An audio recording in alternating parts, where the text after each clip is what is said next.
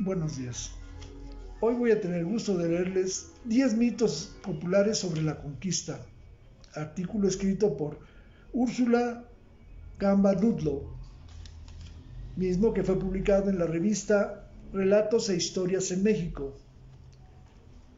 una revista que es editada por Editorial Raíces en noviembre de 2021. Vayamos a los mitos. Los españoles nos conquistaron. Uno de los más arraigados es aquel que infiere engañosamente que México ya existía como una nación o país previo a la llegada de los españoles, como si, por ejemplo, en Tenochtitlan, además del Gran Teocalli, el Tzompantli, los colibríes y los zenzontles, los canales y las chinampas, existieran desde tiempo inmemorial los mexicanos como una nación unida bajo un territorio, lengua y bandera.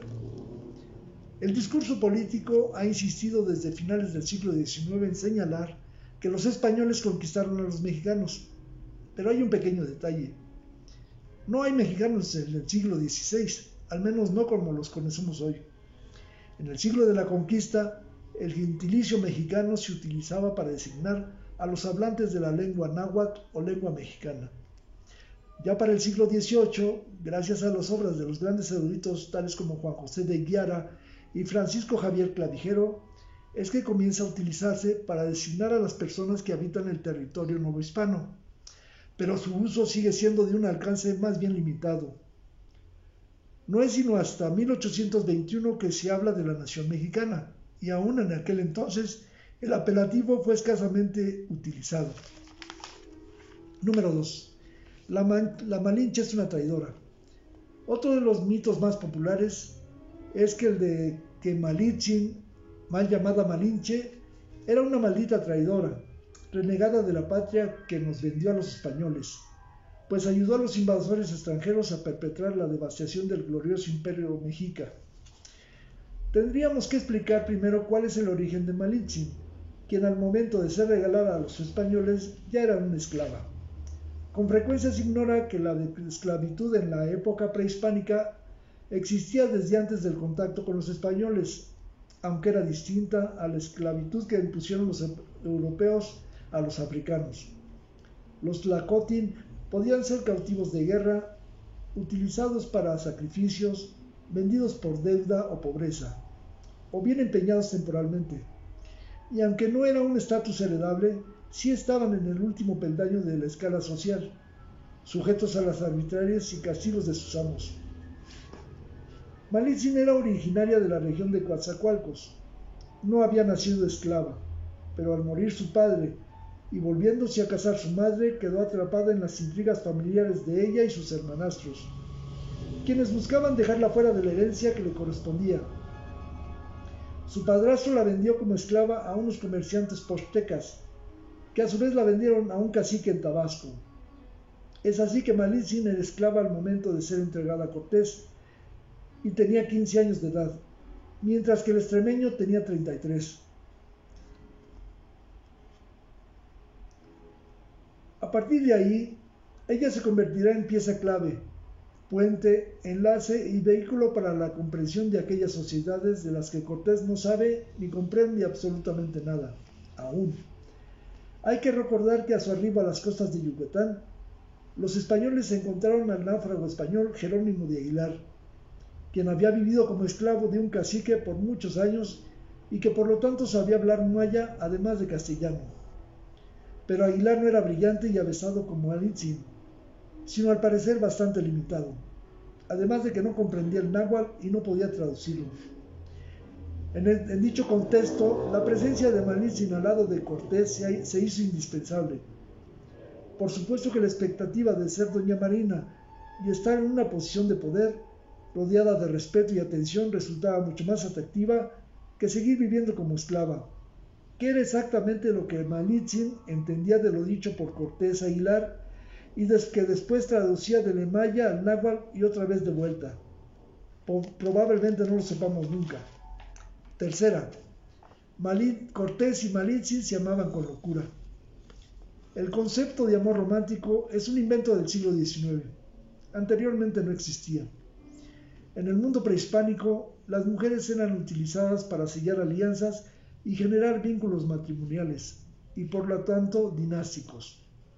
En el hispánico, el matrimonio era también un mecanismo de preservación de un linaje y un apellido, así como seguro y protección de la honra de una estirpe.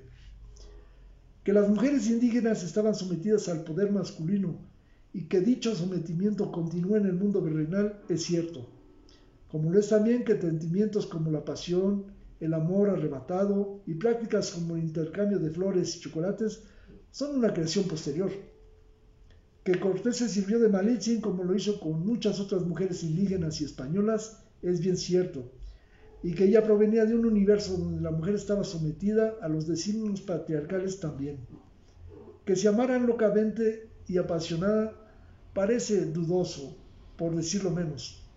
Malintzin fue durante años la intérprete de Cortés y su enlace para comprender al mundo prehispánico, además de ser madre de uno de sus hijos, Martín, un mestizo que no vivió con ninguno de sus padres, sino que desde los 7 u 8 años se crió en la corte española.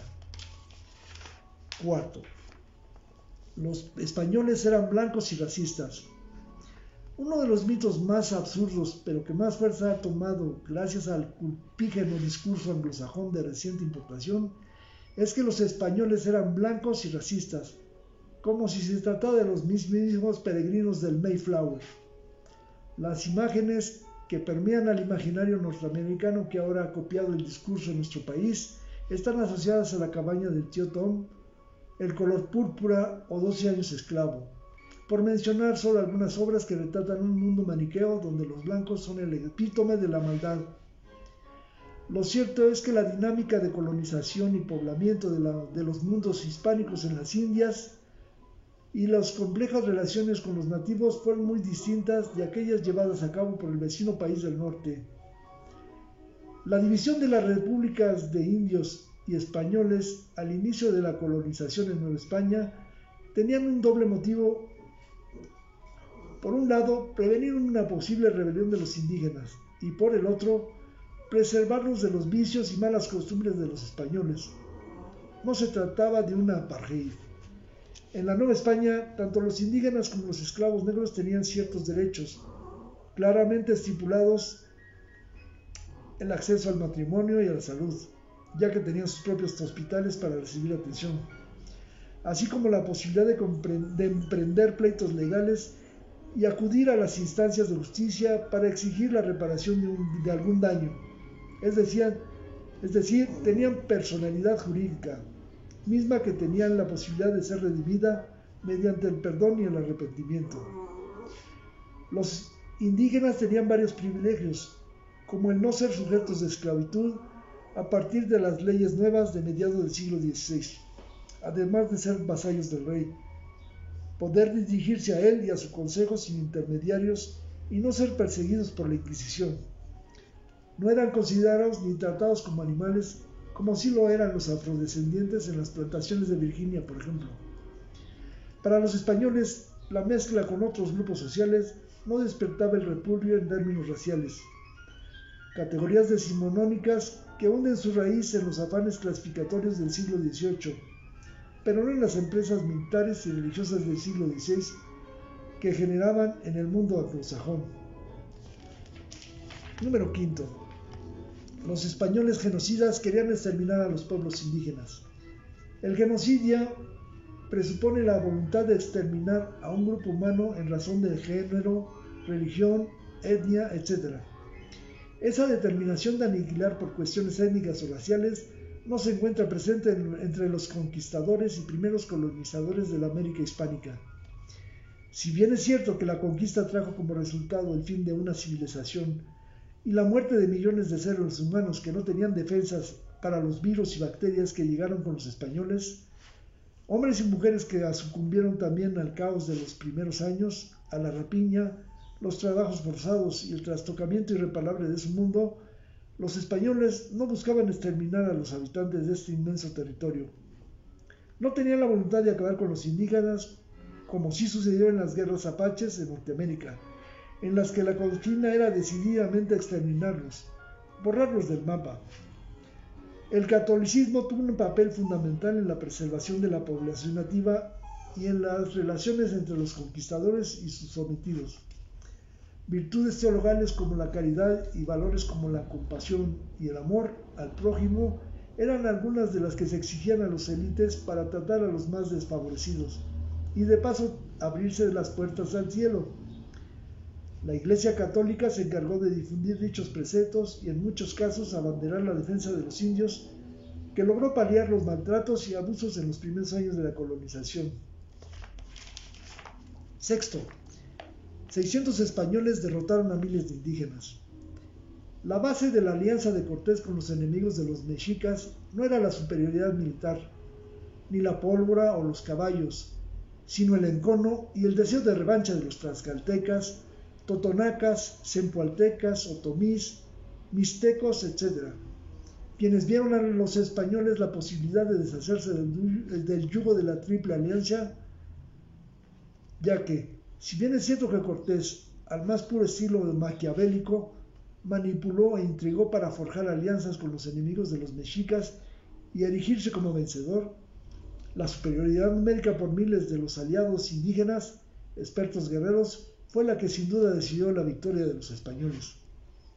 En el asedio a Tenochtitlan se contaba con 900 soldados españoles, 18 cañones, 86 caballos y por lo menos 150,000 aliados indígenas contra 300,000 que logró reunir la Triple Alianza, quienes construyeron los bergantines para el ataque de la ciudad por agua, alimentaron a los españoles, arrastraron cañones y artillería, abrieron zanjas, conformaron y lucharon con el grueso del ejército.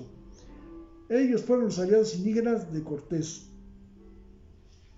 El número de bajas da cuenta de ello.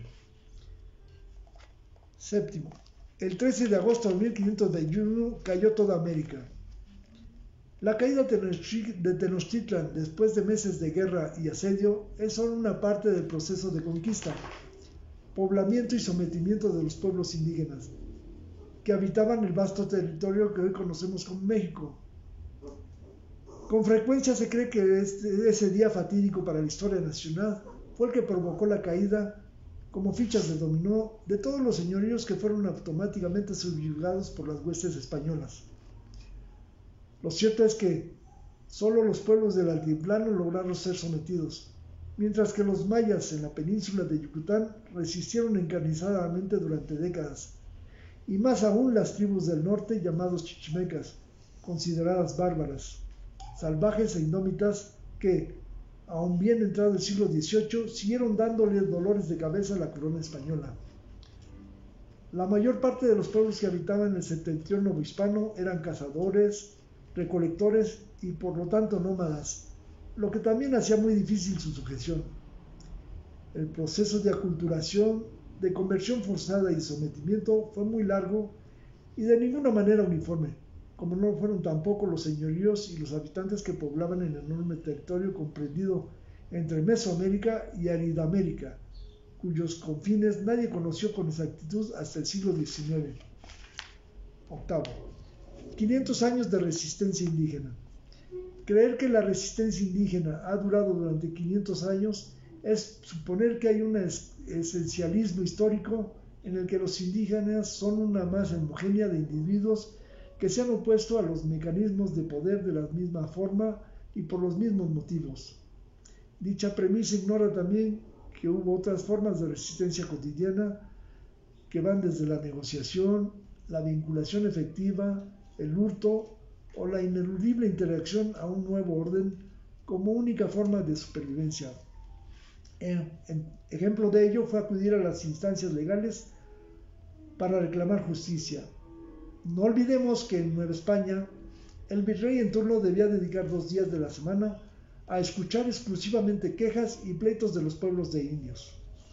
Un caso claro de resistencia mediante la integración y aculturación es el de Isabel de Tecuipo, Flor de Algodón, la hija predilecta de Moctezuma, que fue casada 5 veces, primero siendo apenas una niña con su tío Cuitláhuac y luego con su primo Cuauhtémoc, para después quedar 2 veces viuda de sendos esposos españoles y por último contraer nupcias con Juan Cano, otro español. Doña Isabel aprendió muy pronto que el mundo como lo conocía había quedado atrás, que jamás volvería y que lo mejor sería conocer ese nuevo orden y aprovechar los vericuetos de la legislación española y sacar provecho de ella. 4 veces viuda, doña Isabel Moctezuma fue una poderosa encomendera, pues se le asignó Tlacopan o Tacuba, que era el señorío más grande del Valle de México y comprendía extensiones de tierras. Ella además era dueño de los 6,000 indígenas que laboraban a su servicio y a los cuales liberó en su testamento al morir, lo que finalmente ocurrió en 1550. Los indios conquistadores entendieron rápidamente quién era el nuevo poder y cuál era el mejor camino para pervivir. Los tlaxcaltecas recibieron merced por su colaboración con los españoles en la empresa de la conquista, títulos, escudos, tributarios y esclavos. Se les permitió usar sombrero y capa y caballo a algunos. Eran los nuevos símbolos de poder que los indígenas aprendieron. Tales mestizajes que avanzan de forma inexorable se basan en la interpretación, adaptación, mutilación y reparación, tal como lo ha señalado Serge Gruzinski. Octavo. El mestizaje es un invento del Estado mexicano. Otro de los mitos que se han construido alrededor de la conquista es el que asegura que en México no existe el mestizaje. Mezcla quiere decir complejidad, así que dividir el mundo en vencedores y vencidos ignora la complejidad del inexorable avance del mestizaje en diversos ámbitos. Aunque es cierto que el proyecto liberal, sobre todo a partir del gobierno de Porfirio Díaz y posteriormente con José Vasconcelos y los mandatos posrevolucionarios, borró a los pueblos indígenas ocultándolos bajo un discurso del mestizaje. Negar que ese fenómeno de mezcla existe es sustraerse a toda evidencia y sensatez. El mestizaje se ha querido reducir a un asunto meramente racial o étnico, pero en realidad el mexicano es mestizo por definición. Y en este nuevo discurso que intenta dividir el mundo en 3 pueblos indígenas intactos, sin contaminación, intercambios ni negociaciones y del resto, aunque aparentemente toma en cuenta la raíz africana, lo cierto es que una reivindicación sola, discursiva, que no integra a los afrodescendientes como parte fundamental de esa mezcla compleja en la dinámica virreinal en la que también los asiáticos, filipinos, japoneses, chinos e indios que llegaron en el galeón de Manila tuvieron su parte. Noveno. Nueva España era aburrida y oscurantista. Por último, es importante destacar el gran mito de la historia nacional que, a mi parecer, el que más se ha enraizado en la conciencia de los mexicanos y que es el epítome del estereotipo y el prejuicio. El resultado de la conquista es una porquería, es solo muerte y devastación, desolación y marasmo, nada digno de rescate. Eso es la Nueva España. Para los menos radicales, Nueva España es solo un gran paréntesis, anterior al verdadero devenir de la historia de México. Un hueco, oscuridad. En efecto, en el imaginario popular de los mexicanos, durante 300 años no pasó nada, o si pasó algo, seguramente fue por culpa de la maldita y sanguinaria Inquisición. El gran olvido de la historia nacional es, sin lugar a duda, el periodo virreinal. Pocos saben que tanto la imprenta y la Universidad de Nueva España son las primeras en su género que se fundan fuera de Europa. Perú dirá que no, que su universidad es la primigenia, pero es un discurso de otra espera. Dichas instituciones producirán un saber occidental, pero ya no europeo, es decir, un saber mezclado. En las aulas universitarias, a la par que el latín, también se enseñaba el náhuatl. Pero lo más importante del mundo virreinal son sus pobladores que serán los bisabuelos de los mexicanos decimonónicos y que no pueden ser divididos de forma tajante en 2 grupos homogéneos y antagónicos, blancos e indígenas. sino todo lo contrario: pícaros, rajabolsas y arrebatacapas, clérigos, frailes, indios extravagantes, caciques, negros, mulatos, mestizos, chinos, esclavos y criados, doncellas, monjes y beatas, mulatas, prostitutas, burócratas y maleantes convivían en un mundo variopinto y complejo, en donde las relaciones no siempre eran armoniosas, pero cuyos matices es necesario recalcar. Las excepciones eran posibles porque el sistema económico, político, cultural y religioso así lo permitía.